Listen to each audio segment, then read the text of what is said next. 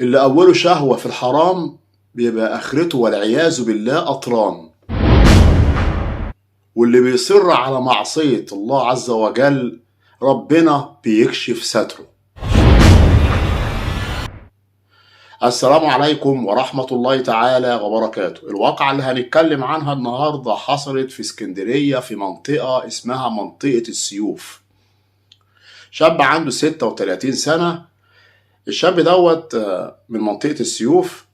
لما الأهالي في المنطقة لقوا إنه هو اختفى بقاله كام يوم يسألوا عنه مش لاقيينه. كان بينزل يقعد مع أصحابه على القهوة بانتظام كل يوم، ولكن مرة واحدة اختفى. هو عايش لوحده عازب، يعني مش عارفين يسألوا عنه حد. ولكن لما خبطوا على الشقة في أول يوم وتاني يوم ما بيردش، ولكن بعد كده ما عدى كام يوم شموا ريحة خارجة من الشقة. هنا بدأ الناس يتساءلوا ويقولوا لا أكيد هو جوه ومات، لأنه هو عايش عازب لوحده. هنا الناس اتصلت بالأجهزة الأمنية علشان خاطر هي اللي تيجي وتفتح الشقة.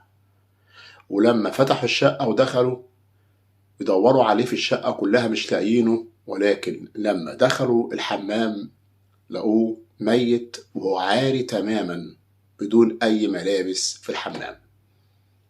ولكن المفاجأة هنا إن كانت معاه سيدة، والسيدة دي نفس الكلام بالظبط بدون أي ملابس، يعني الاتنين عريانين تماما. السيدة ديت كانت من نفس المنطقة. هو اسمه أول حرف من اسمه واو، وهي أول حرف من اسمها ه. عندها 39 سنة. كانوا والعياذ بالله هما الاتنين على علاقة مع بعض، ودخلوا الحمام علشان خاطر يستحموا.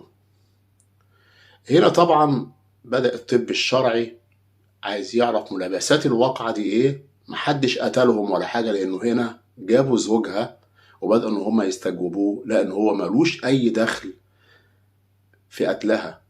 يعني الأول شكوا إن يكون الزوج موتها ولا حاجة، ولكن اتضح إن هو ملوش أي دخل. اتضح إن هي كانت بتخون جوزها من سنين مع الشاب ده، وإن هما الاتنين وهما بيستحموا في الحمام اتخنقوا من البخار اللي خارج من السخان. السخان لما بيكون ملوش ليه مدخنة، في مدخنة فيه الغاز بيطلع بخار، أو يعني غاز بيكون مضر اسمه الغاز الصامت، بيموت في لحظة بدون ما الواحد يقدر إن هو يعني يسعف نفسه إن هو يقوم حتى ويفتح الباب ويخرج، والعياذ بالله. هما الاتنين ماتوا على المعصية. يعني شوف ربنا سبحانه وتعالى اداهم نصيبهم من الستر، ولما لقاهم هما الاتنين محدش فيهم بيستحي من الله عز وجل، هنا ربنا كشف سترهم. مين اللي غلطان في الواقعة دي؟ هل الشاب اللي عايش لوحده عازف في الشقة وكان بيمارس معاها وبيجيبها عنده الشقة، ولا الزوجة اللي عندها بنات كبار وشباب كمان، يعني ولادها كبار مش صغيرين، 16 سنة 17 سنة مش صغيرين، ولكن كانت والعياذ بالله بتخون جوزها وبتروح له الشقة لغاية عنده. هنا الزوجة بتروح لعنده الشقة وبيمارسوا العلاقة مع بعض لغاية ما ربنا سبحانه وتعالى كشف سترهم وماتوا هما الاتنين على سوء الخاتمة. طبعا دي مش جريمة، دي واقعة من وقائع يعني أو العياذ بالله الزنا، لما يبقى اتنين مع بعض وربنا سبحانه وتعالى ياخد أجلهم الاتنين. تخيل بقى لما الواحد يكون معاه واحدة والواحدة دي تموت منك، لو انت موجود عادي صاحي ما متش وهي ماتت منك، دي كارثة.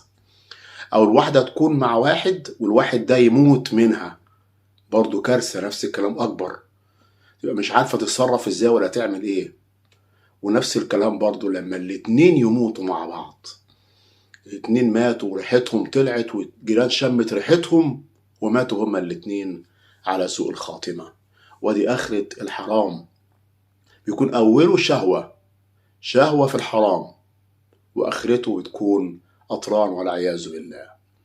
لله الأمر من قبل ومن بعد. بشكركم جدا، بتمنى من حضراتكم الاشتراك في القناة، تفعيل زر الجرس، والسلام عليكم ورحمة الله وبركاته.